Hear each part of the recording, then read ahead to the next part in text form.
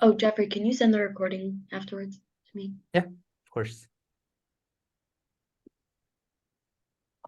Okay, hello everyone. We will be getting started in 60 seconds. Thank you so much for joining us tonight. Look at this room fill up. It's amazing. Yes, we're so excited for everyone to be here. This is gonna be a fun night. We're gonna make it. It's gonna be great. You heard Good it from energy. Shana Good first. energy. Good energy here. Everybody needs to go to sleep soon. We all have to get up really early to go to DC, right? Absolutely. Okay. Hello everyone. My name is Jeffrey Younger. I'm the Director of Communications and Program Operations for Shalom Task Force. It's really just my honor to be here tonight by this amazing event planned by our Young Leadership Board. And I get the privilege of introducing our first student speaker of the night to share what Shalom Task Force is and a little bit more about our agency. So I'm going to introduce Abby Kammerman, a member of our Shalom Task Force Young Leadership Board and a senior at Hafter High School. Abby, take it over. Hi, everyone. Shalom Task Force was founded 30 years ago in response to a crucial service needed in the Jewish community, a place for the Jewish victims and survivors of domestic abuse to be heard, supported, and helped. With the work of 12 community leaders, the issue of domestic abuse was addressed in our community. Soon after, Shalom Task Force was launched. One of Shalom Task Force's initial projects was the creation of a domestic abuse hotline.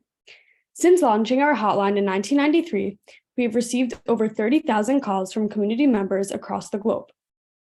Our callers come from all stages of life, from the day after a first date to the 3 decades of marriage. We recently expanded our hotline to include text, chat, and WhatsApp to make sure anyone who needs help can receive it. After launching our hotline, we noticed the need for 2 additional services in our community. Sarah's Voice, Shalom Task Force Legal Project, offers free legal assistance to hundreds of victims a year, ensuring finances are never the barrier for anyone to receive the help they need. We also launched the EDU department. This is the first place most community members hear about Shalom Task Force, starting right here in high schools. In the last 3 years, we have visited over 60 high schools across the US and Canada, reaching thousands of students throughout the 3 programs. Shalom Task Force runs workshops for the 9th grade about setting boundaries in friendships, and in 12th grade about the fundamentals of healthy, unhealthy, and abusive relationships. Our Purple Fellowship, a high school fellowship that teaches juniors and seniors the skills to take on leadership roles in Jewish communal work through the lens of domestic abuse prevention. Students from 28 schools across North America participate in an 8-week training, culminating in Fellows Planning Go Purple Day. After the fellowship program, students can become an ambassador or young leadership board member and continue their work with Shalom Task Force. I had the opportunity to be a part of this special program, and I am currently serving on the Young Leadership Board. Thank you so much, Abby. I couldn't quite literally ever say it better myself. I've been trying for 6 years. I really get the honor of introducing our co-presidents of our Young Leadership Board, Gabby Sahabi, a senior at Central, and Hannah Feldschreiber, a senior at SAR High School, who really approached us with this idea a week ago and said, we really want to do something to give back right now to our community. And really without them, we would not be here. So Gabby and Hannah, please take it away. Hi, everyone. Thank you so much, Jeffrey, and thank you all for coming. We want to give you a bit of an introduction to what this night really is, the issues that we will address, and the reason that we felt a night of support was so important. Since the devastating attack on October 7th, we've noticed that a lot of our peers have been struggling, both openly and silently, with navigating life and the world, both in person and on social media, amidst this ongoing war. Trying to grapple with all of these issues ourselves, while simultaneously trying to be there for others, family and friends in Israel, outside, has taken a significant toll on our mental health. Many of us have felt lost, helpless, and alone. I know so many people, including myself, that feel as though their individual struggles are insignificant in the broader context of large-scale suffering, terrorism, and violence. But our problems, our individual issues, are valid. I can speak for myself and my friends in saying that we've all been doing as much as we can to help our soldiers and fellow Jews, but in doing so, we've lost sight of our own mental health. And as much as tonight is about learning to be supportive to friends and family, it is also to check in on ourselves. It is so important to prioritize our own mental health and well-being, because at the end of the day, you cannot be supportive to others if you can't support yourself. Hi, everyone. So I just wanted to reiterate, I know I think we mentioned this in the flyer, but that the connecting factor between Shalom Task Force and everything going on in Israel right now, why we really felt like this is something we can do and use Shalom Task Force as a platform to spread awareness and just have everybody know that there's somewhere where they could go and that they could be supported, is support, really. That Shalom Task Force, one of their founding, one of their 3 pillars is supportive community, and that's what we are trying to be right now with everything going on in Israel. We want to learn how to be better supporters to our friends and family and to ourselves, and so that's what we wanted to talk about tonight. So I want to introduce Shauna Breidman, who is the CEO of Shalom Task Force, to share with us. We're going to have a panel, and Hannah and I will be moderating, asking some questions, and we're very excited to hear from you, Shauna. Great. Thank you for making this happen. It's really inspiring. And I have to say that today I was lecturing to adults, and I was there with a pretty senior professional in the field. It just came to me when you were talking about it, because we said to each other as we were driving over, we haven't slept since October 7th, right? I think everybody is kind of in this new territory of how do you care for yourself? How do you care for, larger Am Yisrael? How do you care for your families? How do you care for everybody in your life? And I think we're all trying to make sense of it together. So the fact that you initiated, and I have to tell everybody listening that these incredible students initiated this and said, listen, can we use this space to make space, right, for us to do this together, is in itself part of caring for us, right? Allowing us to breathe and acknowledge what's going on and normalizing how absolutely difficult this is. And I don't know that we all have the answers, because quite honestly, I mean, I'm not that old, but historically, I don't think people, this is really our, Yom Kippur War. There aren't that many moments in history. I'm not a historian, but there aren't many moments in history that are as significant as what we're going through. And I think we have to take some perspective. This isn't, it's not oh, last time we got through it this way. There was, gratefully no last time like this, at least in my memory. It feels different than 9/11. I was an adult then. It feels different than, other kind of disasters. So the fact that you made space, I think, kind of almost preempts the question you're going to probably ask me is what do we do? The fact that you made space is what we do, right? Is part of what we do. Okay, now I'm going to put it back to you. So it's a pleasure to be here. I'm the CEO of Shalom Task Force, and this is what I love about my job, right? Is the hope and the future. And so thank you for making it happen. Well, thank you for being here to speak to us. I guess to start off this conversation, I feel like right now, kind of something that's been an ever-present conversation topic is how can we be supportive? I feel like a lot of people have felt kind of isolated being in America when the crisis is going on in Israel, or people are having a hard time managing, knowing when to reach out, when to not reach out. What advice do you have for people who are trying to figure out ways to be supportive to friends and family amidst this crisis? Okay, so we were joking before, what does it mean to be supportive? And I was kind of joking about it, but I think there's some core parts of being what it means to be supportive, right? They're showing care, they're showing compassion, giving space. One thing I always think about people in my life who have been very supportive is being validated by them and not feeling judged. So I would say to be supportive, right? We don't exactly know what space, but being someone who's able to hold that with other people and do that as best we can. And we can't do it all the time. Can't, right? We have to take care of ourselves. And I recently wrote a blog about, I think I named it, and Jeffrey can remind me, but I think I can't talk about anything else. I think that was the name of the blog. And it was basically I feel like I can't speak about anything else, right? It's almost like I have no permission to deal with the rest of my life, but we have to give permission, right, to deal with regular life. So it's really trying to find the balance that works for you and your family and everything else you're juggling. And it is frankly challenging. It's challenging. So we're looking to be validating to others, non-judgmental, giving space, and also forgiving of ourselves, right? That we're not going to do it perfectly. We're really not going to do it perfectly. So I have a follow-up question to that question. What are some specific things that you think we as teenagers who are in America right now can be doing to be supportive to our friends and family that are in Israel. Wow. Okay. So I keep on saying that to myself, like, what can I do? I have a lot of friends and family. I've been told by colleagues, friends, and family in Israel that, like, the text messages are meaningful. Like, the connection is meaningful, that they know that it's not like on the back of our minds. It's actually the forefront of all of our minds, basically all day. Right. And I don't think I'm only speaking for myself. So, I'm not saying a barrage of text messages to your friends, but to keep them in mind. I'm told by people there, and I asked that question. I was I'm meeting with staff from a domestic violence shelter in Jerusalem. I offered to give them support. So they have some English speaking staff there. So I said, listen, can I be supportive?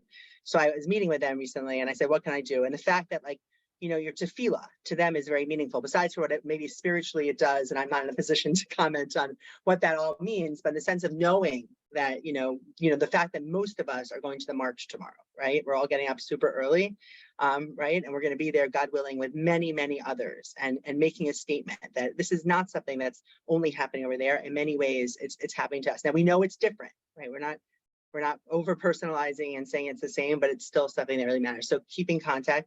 And I think all those things that we do, right? Those things, my young children did a bake sale last week and they raised, $495, from their cookies with their friends, right? Boys that bake. And, I texted some pictures to some of my friends who live there, and they thought that was really, it was meaningful, right? We're thinking about that.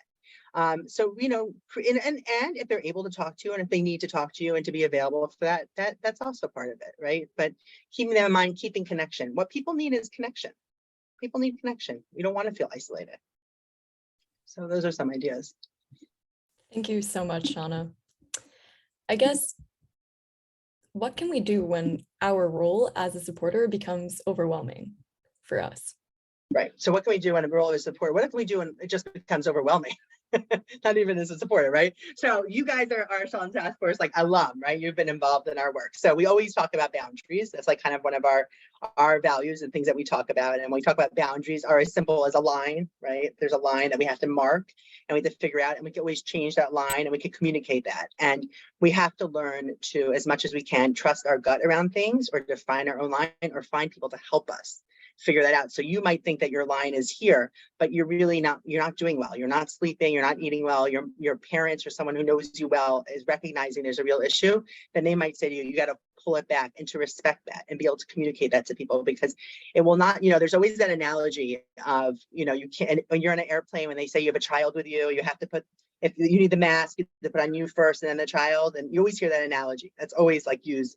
And if any of you go into the world of social work or psychology, you'll hear it all the time. That's the analogy, but it's a real one, right? So to be able to kind of define when you need to put the mask on and take a break, right? Do it. It makes you ground yourself, do things that are good for your mental health and your physical health, right? So everybody has their own thing that works for them.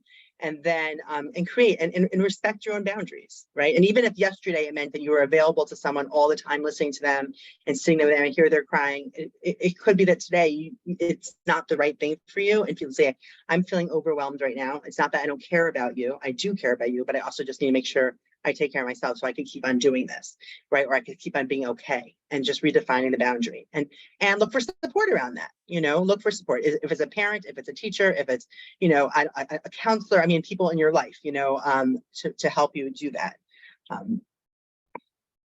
Okay, so the last question, and then we'll move on to our panel of influencers, is, well, give a little bit of background before I ask the question.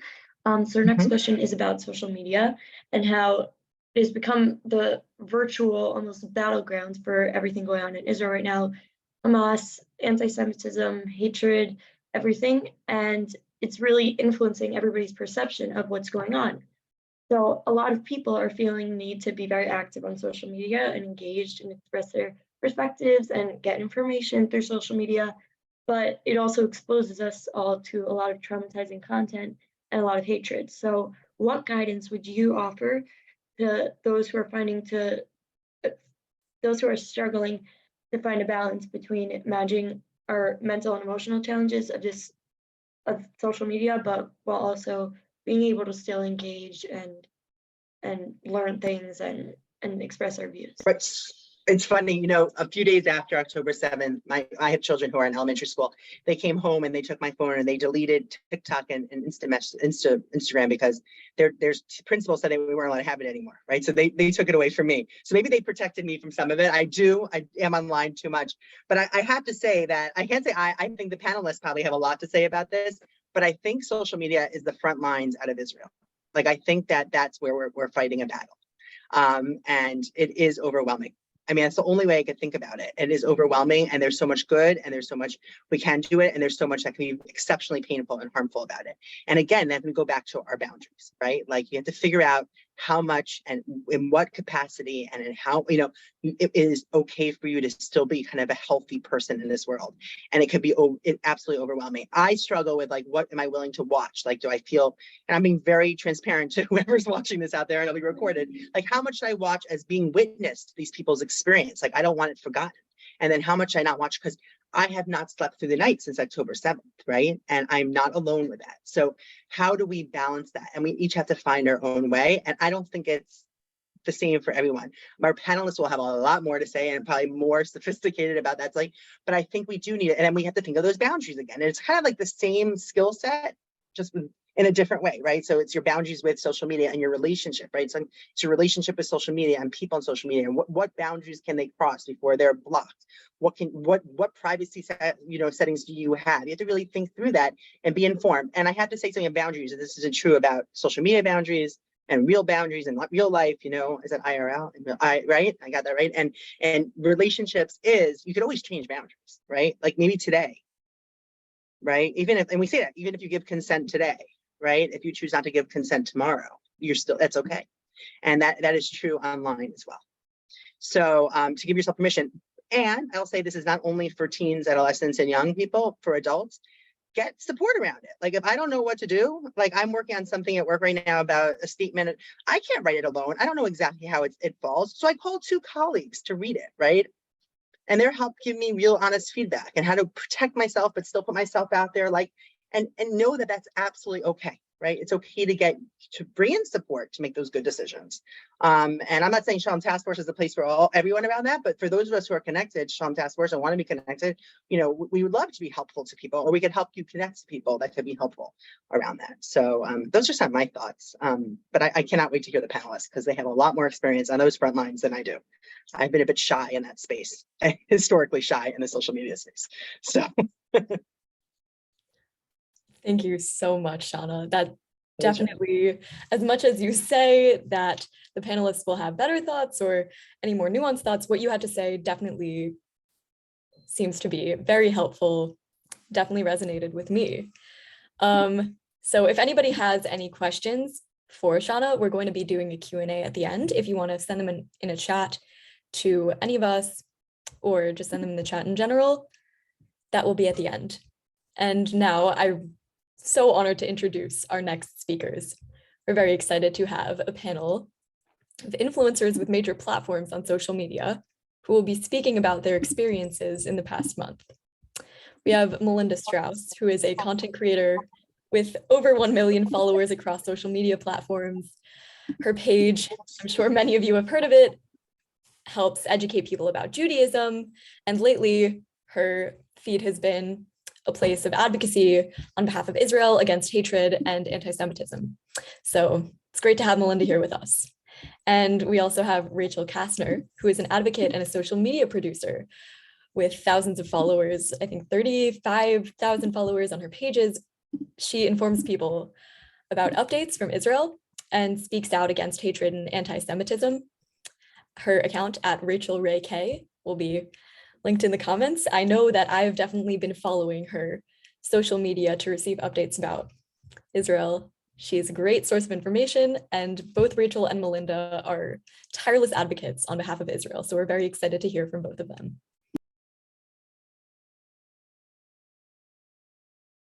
Unmuting Okay, here. Hi, so- everybody. Nice to be here. It's really an honor to get to speak about social media. By the way, what everything that Shauna said, I'm like super with her on all of that, on boundaries. So we'll talk more about it, but I'm excited for the questions, but I just wanted to say hi. Okay, so first of all, thank you both for joining us. We wanted to start off the panel by just asking you guys, since we know this is probably a question that with everything going on, you guys may not be getting asked a lot because you're just so busy dealing with everything. But how are you doing personally? Hi, Gabby. Thanks so much for having us. For everybody who doesn't know, Gabby's my cousin and is amazing, an amazing human being. Hannah, nice to meet you and see you. Melinda, I'm a big fan. But just wanted to give a shout out to Gabby. First of all, I love that question and I think it's critically important. And I actually have been asked that by a lot of people. And it's really nice to know that people are asking that of each other and to each other. I just want to say that I'm currently in New York. I'm not in Tel Aviv for the next 2 weeks. I'm here, but generally I'm in Israel and I'm reporting from Israel. I just wanted to be clear that I'm actually here in New York at this time, which is really great. And that's part of the answer to the question of how are you, is that I got to see my grandparents this weekend. I got to see my families. I got to go to sleep without being worried about being woken up by rockets. So I am doing much better than I was in the last few weeks. And I'm definitely filling my heart with good energy and with my friends and family, which is super important to take time to recharge. And how am I doing? I'm okay. I think I talked about this the other day that it's really okay not to be okay. And that's okay. Like, you know, I always say I'm okay, all things considering. Like I know the things that I have in my life and I'm so grateful for everything that I have and that I can see the difference in the life that I'm living and talking to friends who are in Israel and checking in on them and the different kinds of fears that we have. Like I actually interviewed with someone who lives in Israel who was like, sometimes it seems scarier in America right now than it does in Israel. Like it feels safer in Israel, even with the rockets. And hearing that from her was so funny because we were almost playing a game of who has it worse, but we both were just seeing how grateful that we are for what we have.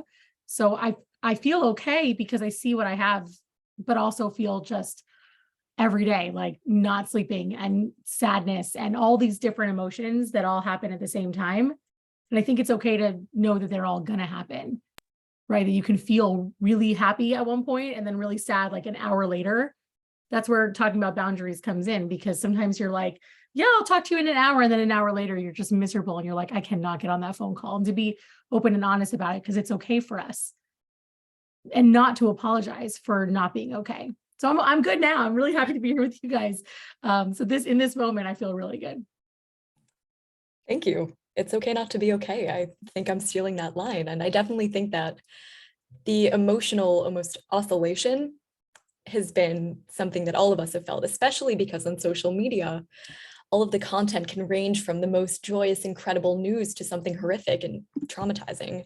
So that being said about social media, can you guys tell us what your experience with social media platforms prior to October 7th was? And how has it changed since then? Yeah, okay. I was not an influencer. I don't even think I would call myself an influencer. It's really not my work. It's not really what I do. I'm a storyteller. I'm a film producer. I've been working in storytelling for a long time, but I'm never usually the one directly in front of the camera. I'm usually right behind it. But when and I work with a lot of influencers and celebrities, and I bring them to Israel and I give them tours and things like that. But I'm generally not the one in front of the camera. And on October 7th, it was very natural for me to pick up my phone and just share what was happening, because I went to Columbia University. I have a lot of non-Jewish friends back at home in America. And I just felt like I knew that if I didn't share what was happening in my life, that people wouldn't see it in my circles. And so as soon as the rockets started happening, I was just taking videos of myself running to the shelter, posting it.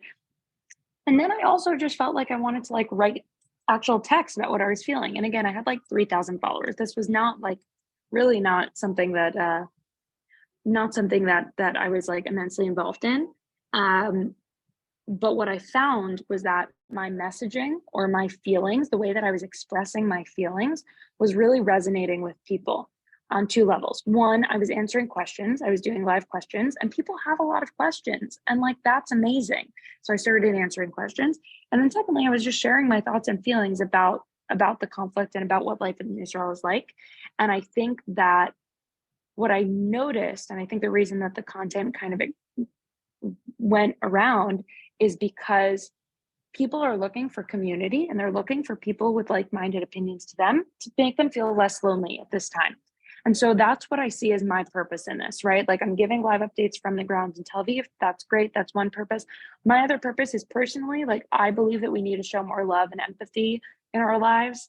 And I don't want to be focusing on the violence and I don't want to be focusing on the hatred. And I think that's important too. And exposing anti-Semitism, all that's really, really important. It's not my main focus. I think other accounts are doing that better. My focus is to really share my own personal opinions and like my feelings. And if they resonate with people and if they make people feel less lonely, then that's a win for me. Off to you, Melinda. Well, before October 7th, I was sharing about Judaism. That's been my account for a few years now, is just sharing Jewish life. So, and it's still like to this day, I'm still always shocked anytime somebody's like, I can't believe you're a Zionist. I'm like, a majority of Jews in the world are Zionists, but people just don't know it. So when I see people who've quit jobs because they suddenly find out their boss is a Zionist, I'm like, he's a Jew, like just assume. And I know some people don't like when I say that because there are Jewish people out there who are very open about not being Zionists, but a majority of us are. So my whole page has always been about education. And when I found out on Shabbos morning about what happened, on October 7th, I like literally can like, it's so vivid. And I'm sure for everybody who's watching, you can remember exactly where you were, whether you're someone who's in Israel or someone who was any other place in the world, how you found out what happened. It feels the same as I know exactly where I was when I found out about 9/11, freshman year of college. And, you know, it was the guards in shul that told us because we were all in shul on Shabbos in Seattle. And from that second on, all I could think about was, I want to be able to start sharing about this on social media, because just like you were saying, it's like being able to connect with people, make them feel less alone and help them understand how we're feeling. When I knew I could already prepare myself for the kinds of comments I was going to be getting, because anti-Semitism is not new to me on social media. It's always been there. And it's actually one of the reasons I started growing on TikTok was because I was sharing about anti-Semitism that was happening in New York, and people going, there's still anti-Semitism in the world. Like people just had no idea. So it's all I could think about for the next, because it's really the 2 days, because, you know, we're had Simchas Torah and everything, and just thinking, what can I say to people that's going to help them understand what we're feeling right now, being so far away and yet being so close, because no matter if you know anyone who died or not, we're all Jewish and we're all family. And it's all I could think about. So the minute I got on, to me, I knew what were the kind of responses I was going to get, because I already know the kind of people who follow, and TikTok pushes you out to the world. And I've been really, one thing that's been really interesting for me is TikTok is just like, it's hell in a lot of ways. People are crazy in the comments, but I've actually been finding really beautiful connections through Instagram, where I was always growing and sharing on Instagram, but people on Instagram have been watching and sharing the videos and really sending me messages saying, thank you. I felt so alone in how I felt. And now I'm watching these videos, and not just mine, but everybody who's advocating for Israel and sharing how we feel. Like, thank you for saying the words that have just been sitting up here and I couldn't say them to anybody else. So I really like that I can, and I really take the time to think about the videos I share, because I know that people are going to share them thinking, oh, I was thinking that too. My rule is, if I'm thinking something, other people are thinking it too. With everything. That's my rule with everything in life. So if I have something going on up in my head, that's why every morning I do these dog walks on Instagram where I just share everything going on, because I know that other people are thinking it too. So there's been a lot of a shift in the relationships that have been, and the way I've been connecting with people. But the education component, I will never stop. And the more they get loud about their hatred and their denial and the way they turn everything around on us and gaslight us, it just makes me louder and want to share more about Israel. So it just pushes me and pushes us together as a community more. Thank you so much, Melinda. I know you have to go soon, Rachel, so I'm going to ask you I'm going to combine the last few questions, and then if you have anything else to add, please feel free to add.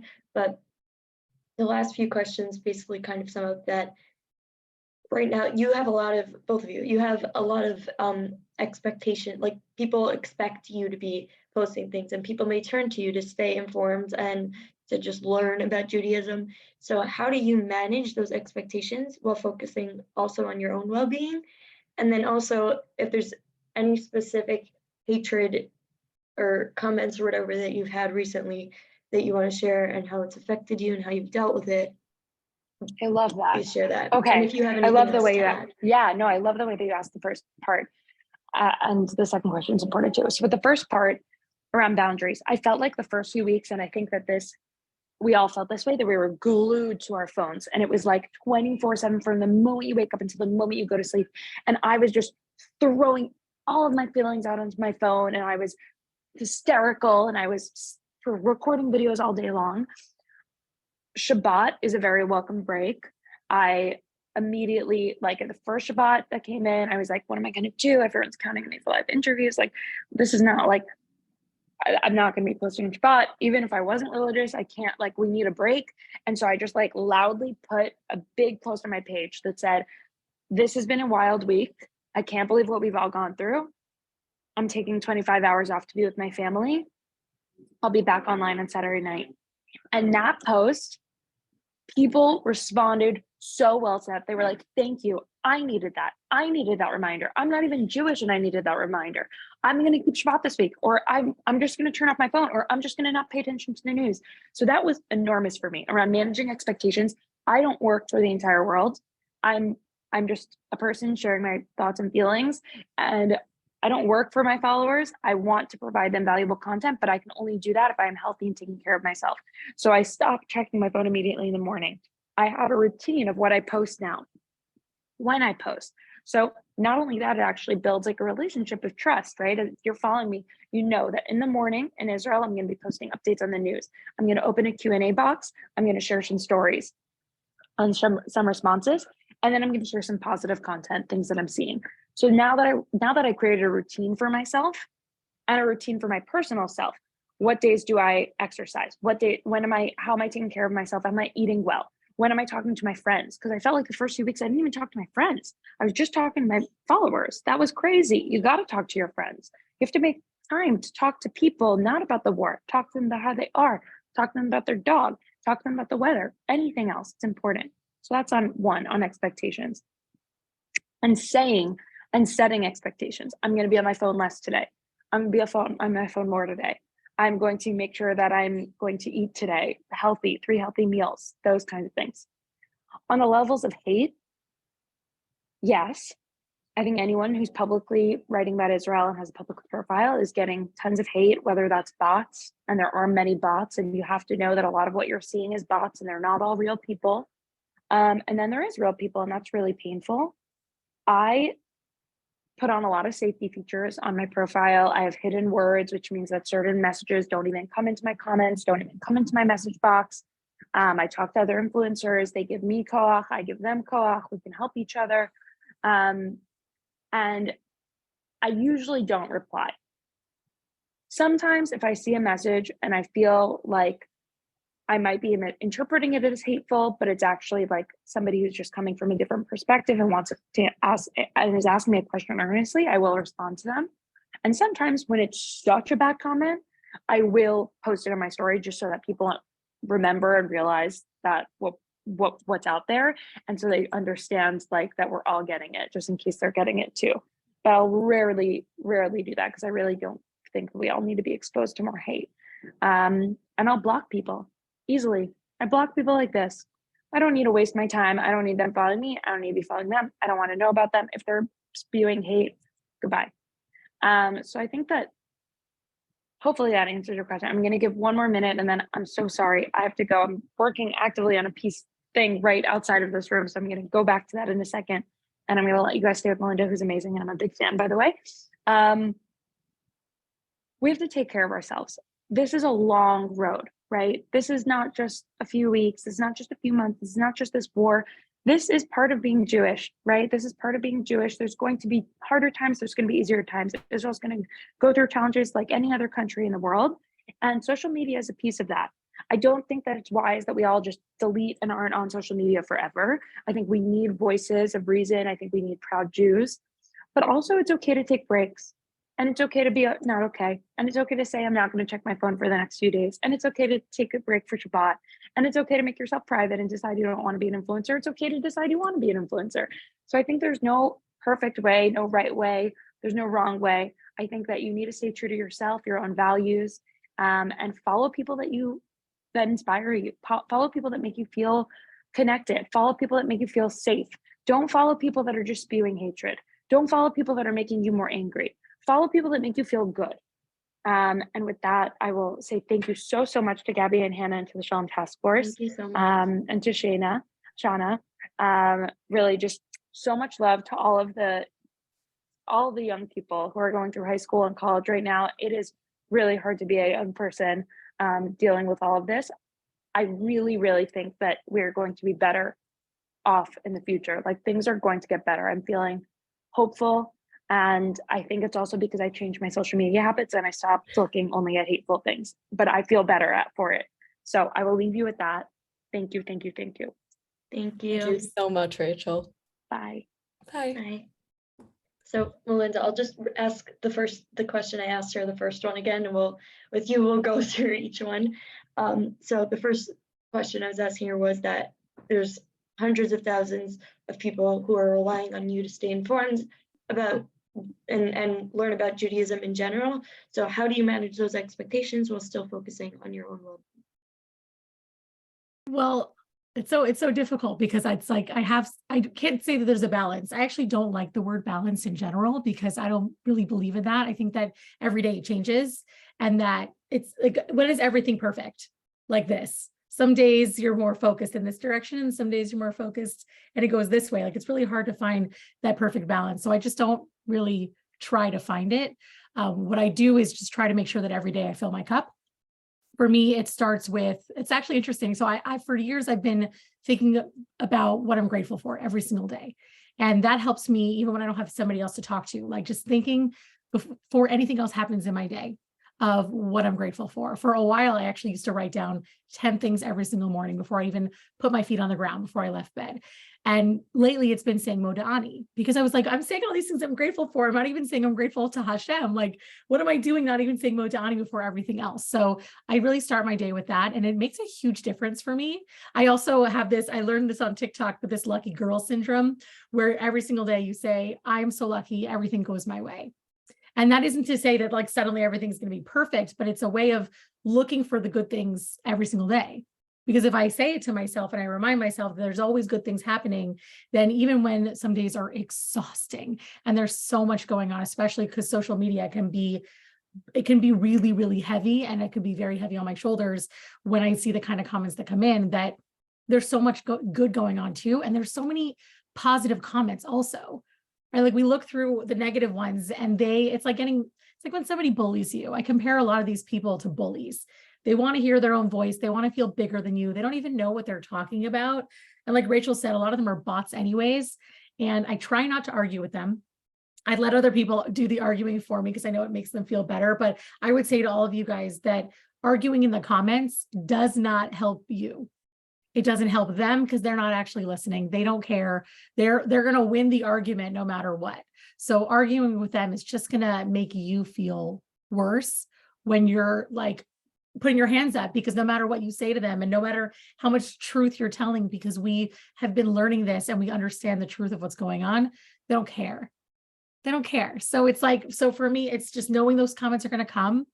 And I have a practice that I say my husband like makes fun of me for, because after I post something, I'll look over him and be like, I am not going to comment. I say it out loud. Like, I'm not going to comment on all the crazy things, because I know how easy it is to get sucked into it. And that's where it gets so overwhelming, and I'll stop taking care of myself because I just feel exhausted. So it's, again, focusing on the positive comments, because they're there. Every single video has beautiful messages and people who are like, thank you for saying that. I agree. It's not all negative, just negative. The darkness tends to like be so heavy against the light. So we have to make sure to keep bringing that light. So that helps me, the gratefulness, and also having somebody that I can rely on when I just need to vent, because it's okay. I think it's okay to vent, but I don't love sitting around speaking Lashon Hara and things like that. Sometimes people like doing that to vent. I like to focus instead on just like getting that frustration out from social media. And for me, it's my husband and being able to trust him with the venting. But I think for everybody, it's just finding that one person that you can trust, that once in a while you could just say, hey, is it okay if I vent about something? Asking permission, by the way, goes a long way when you want to vent, because sometimes the person you want to vent to isn't in the place to hear you vent, right? Like each of us sets our own boundaries. And I think sometimes people have a hard time setting boundaries. So I like to respect that I'm a good boundary setter, very good, but I understand that not everybody is. So I like to ask permission before I vent in case they're not in the place, but maybe don't know how to say that. So that very much helps me. It's all those, I talk to myself a lot in like the mirror, as silly as it might feel when you do it. If you have to like get yourself hyped up about something, just say it out loud, even if it's just to yourself, because when it comes out, it's so much more powerful than if you're just keeping it in here. Thank you. I definitely have found, at least myself, that verbal almost catharsis, it's like cathartic in a way to actually release something verbally. Well, thank you for sharing. The last question, I guess, as someone who has found a way to utilize social media for good, what advice do you have for teens right now who are trying to navigate social media and struggling? Well, the first, like I said, is just don't stop commenting and arguing with people, because I see it a lot actually in my messages where I'll like say to people, I'll know the teenager who, because it's my kid's friend who is arguing in the comments. I'm like, stop arguing. It takes such a load off when you stop reading even through the comment sections. Like watch the video. Especially if you trust the person who you're watching and you know what you're going to get is helpful, inspiring, don't read the comments. I know it's not easy, but we each have to set those rules for ourselves. Like Rachel was saying, like she sets rules in her day of when she works out, of when she eats, of what everything, like just set the rule. Stop reading through the comments, because that's where so much of the crazy happens. It's hard to say, oh, get off of social media. My entire life is social media. So I'm with a lot of you guys. My kids are both on social and I don't force them to get off of it, but it's asking yourself, like, what is my limit of what I can watch? I've seen a few videos that I wish I had never seen, but what they did for me was set that boundary. Don't watch those videos anymore. If you see that little thing at the beginning of the video that says like trigger warning, swipe away. I don't even wait to see, even though I'm curious because FOMO is real and I want to see what it is. I know already how I've reacted to the few things that I've seen that are just like burned into my brain for the rest of my life. So it's really telling myself, swipe away really quickly, swipe away. And if you have to, like, I know on TikTok, if you swipe, I don't know how any of it works, but if you swipe away and everything like refreshes, I'll do that sometimes. So I'm not even tempted to go back and look at it. Because that's something, it's like once it's in your brain, you're like, I really want to see it. But if I go and watch that, like I don't watch things, admittedly, from Palestinian creators. I know there's a lot of them and they're sharing the other side of things, whatever I say, they're saying the opposite, whatever it is. I don't watch those.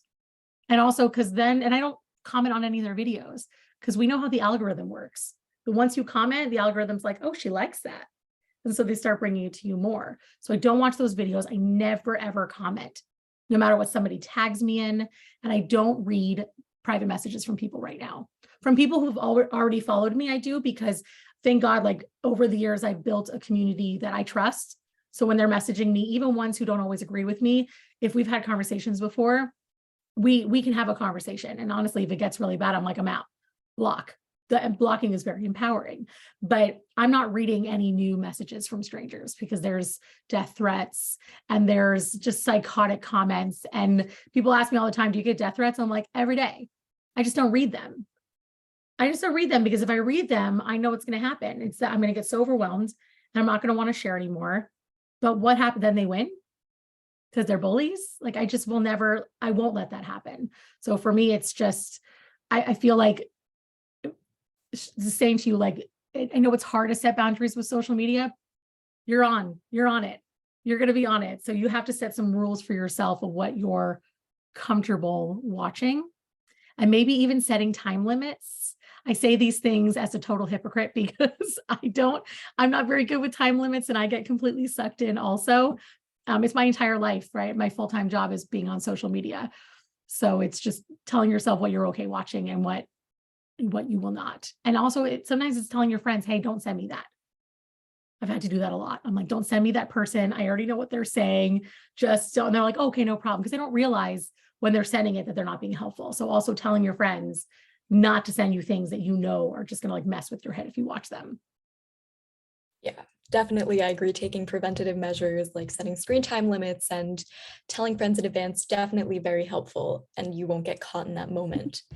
Well, as a follow-up question, what do you think our responsibility, I guess, as a teenager, as someone whose full-time job is not to exist on social media, someone who is trying to find out how to be an advocate without like really like going too far? What do you think our responsibility is when it comes to posting and being vocal and advocating on behalf of Israel online? Well, I mean, it's amazing that we're here with Shalom Task Force, right? That you're involved with an incredible organization. And I actually think that is very much the answer here. And it's finding organizations that you can connect with.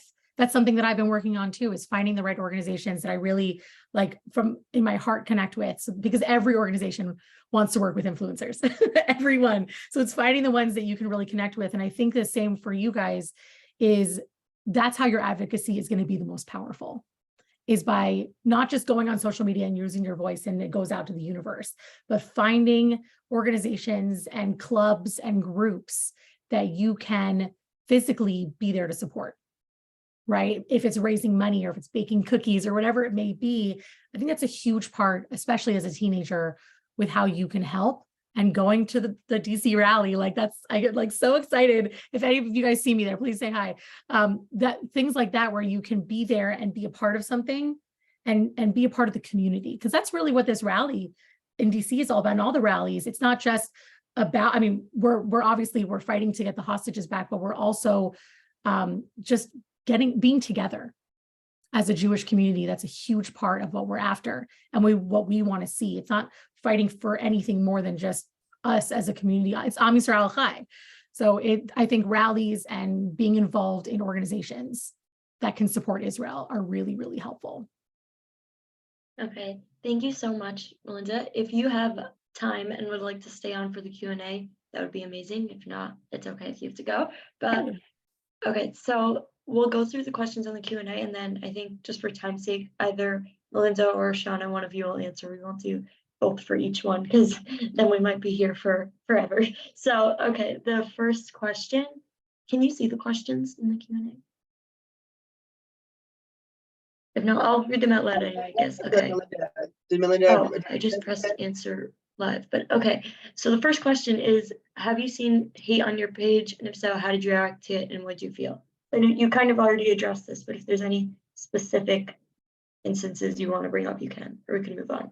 Well, I can just say I get a lot of things about the Holocaust, a lot of jokes. And it's interesting, that's something that was happening before also, but you see a lot of swastikas. Actually, me and my blogger friends were just comparing screenshots of all the different types of and creative ways that people post swastikas on our page. So it's not fun, but it's that same thing as with everything else. It's just reminding myself that this is coming from a place of ignorance. And for the most part, these are people who they just want to feel powerful and they want to feel something good in their lives by putting other people down. And I try not to take it personally because I know it's not about me. It's about something in their own life.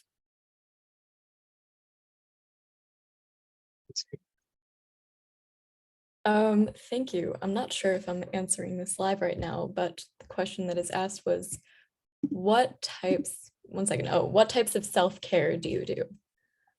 Like, I don't know if whoever asked this question was referring to like physical self-care, emotional self-care. I know that taking breaks and venting is definitely a form of self-care, Melinda, that you express, but if there are any other things that you do to like relax and wind down, I'm sure sharing that would be pretty helpful. Or you too, Shauna? I have a Peloton. I can't say my outputs have been very good lately, but I am pretty devoted to it. And I think it's important to find those type of things that are part of your routine. Eating food that makes you feel good is important. Like those are the type of things, making sure you're connected with friends, think about things other than this all the time is really important. Everybody has to find their own self-care practices.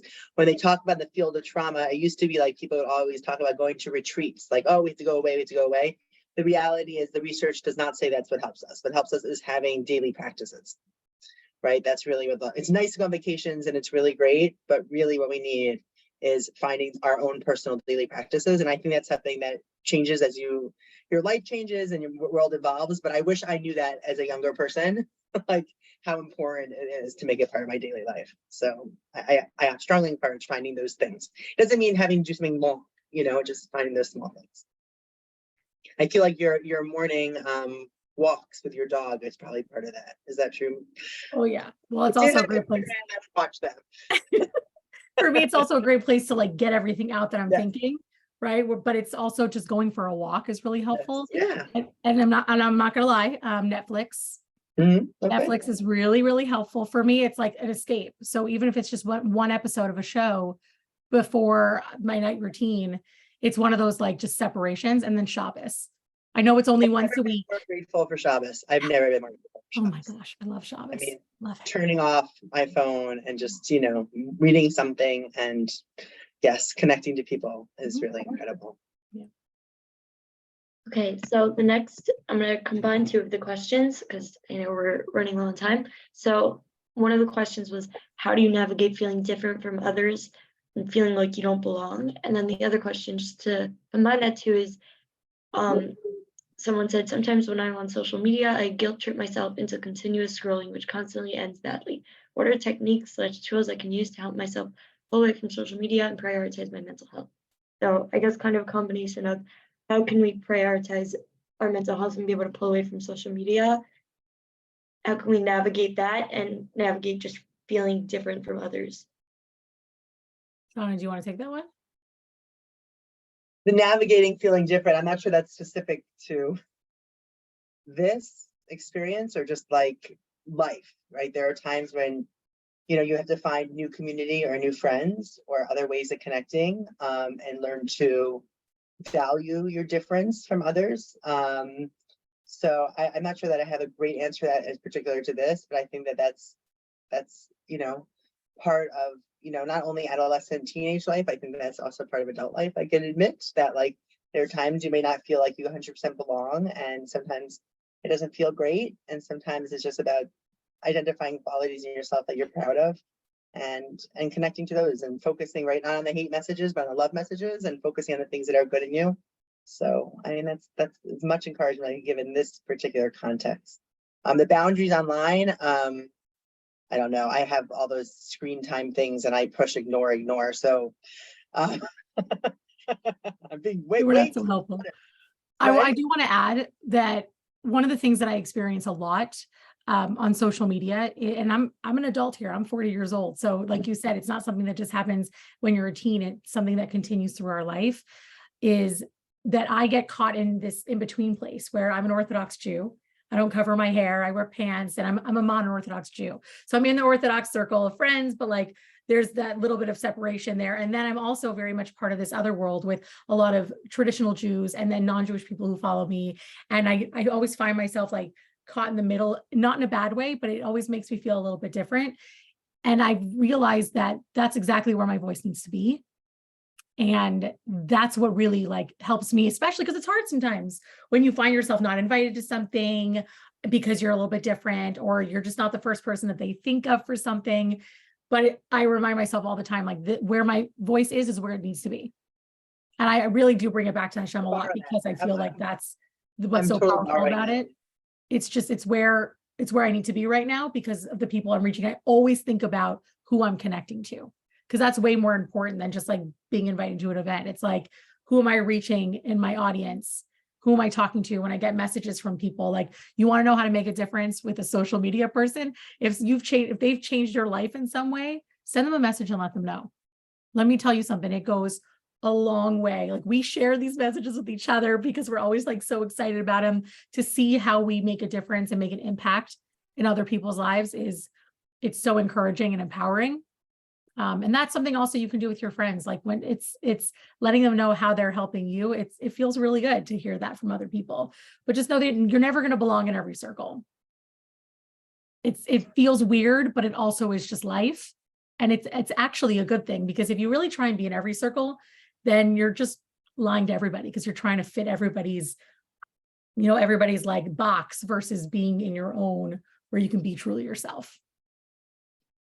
Absolutely. Shauna, I think you are totally right that it is a fundamental quality of adolescence, feeling a sense of like dissonance with your community, your surroundings. But I think that in the context of this question, the anonymous asker might have intended, like, say, like the world around you almost seems like everybody that you've looked up to, and like a lot of celebrities, a lot of like pop culture figures seem to be expressing like very intense pro-Palestine views that can sometimes border on anti-Semitism when you read the things that they post. So I guess in that sense, that could have been what the question was asking. But speaking about other sides in this and like different opinions, the final question is, I guess, someone asked, how do we avoid an echo chamber? If we want to hear other sides of this conflict and of this very nuanced issue, what's a safe way to explore other opinions, especially when misinformation runs rampant online? It's really hard. It's not even something that I can give a full answer to, because I see it when I have tried and to watch the other. I hate sides, right? Because this isn't like you have to pick one or the other, but there is so much misinformation on our own side. I see, and I really try my best not to share these kinds of things, but I see memes all the time and pictures and videos, and I question them all the time from people who are pro-Israel. I'm like, this doesn't seem right. Like, it's just, social media is a hotbed for misinformation. So to go to somebody on the other side on social media, you're not going to get the truth in a lot of ways, because there's just so much misinformation out there, and this continued changing history that's happening as well. So it's like, I almost feel like open a book. I hate to say books because it's not as much fun as watching videos, but so much history online. Reading an article, a lot of articles, because one is never enough. If you think one article is going to tell you the history of the Middle East, it's never enough. But if you really want to invest in that, then I would say articles or books would be your better option than watching, anyone on social media who's giving over information, because it's just, there's so much misinformation. It's almost impossible. And just before we close, I just want to throw in, we just got another question also.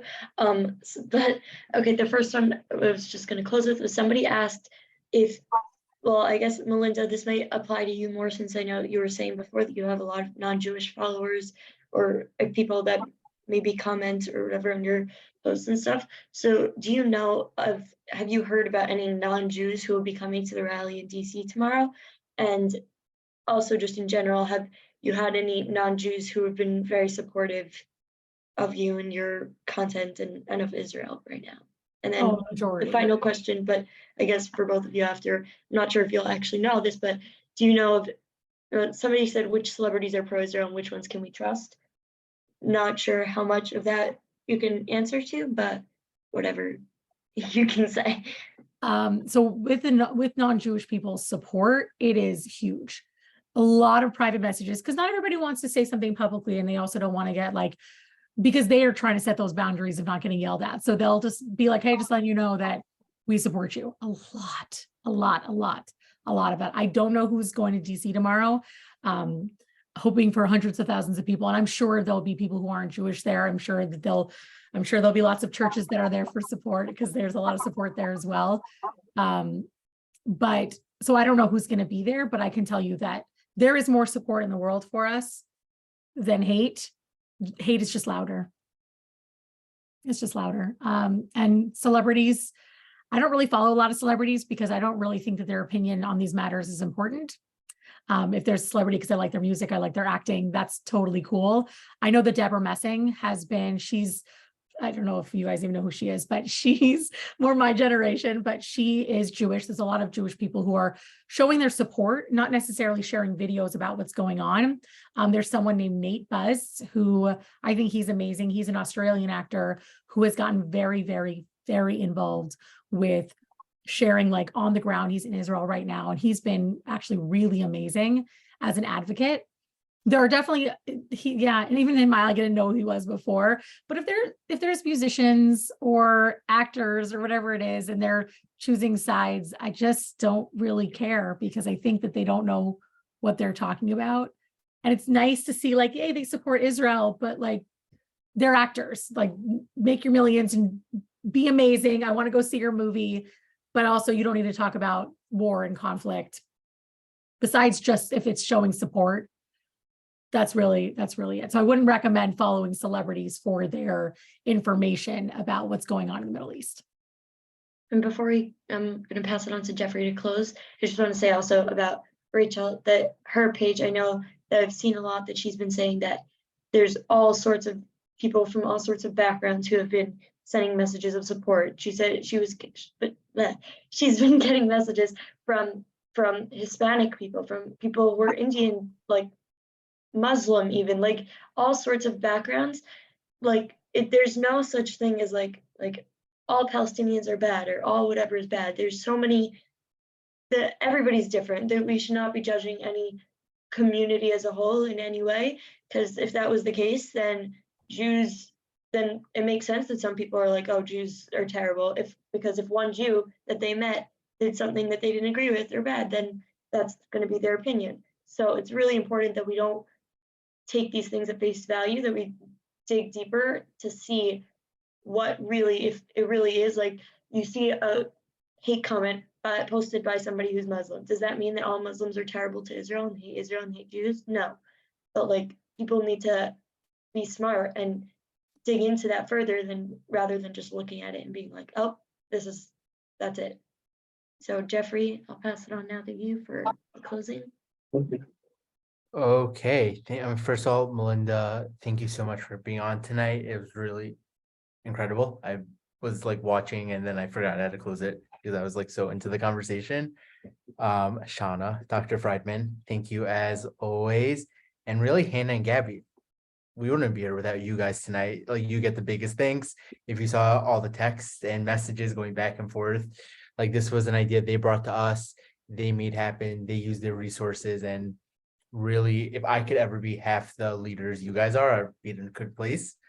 I just wanted to share one message to close out as a night of support. I think it encompasses a lot of the questions coming in tonight of this feeling of guilt or feeling different, or am I not doing enough? And I think it all goes down to, I think so many times, I'll say for myself, I go on my phone first thing in the morning because that's what all healthy people do nowadays. And like I see what everyone's doing, I'm like, I'm not doing enough. I don't know what I should be doing. Something feels right. And what I've started to do to help myself is I set a goal for myself every day. And that's not a big goal.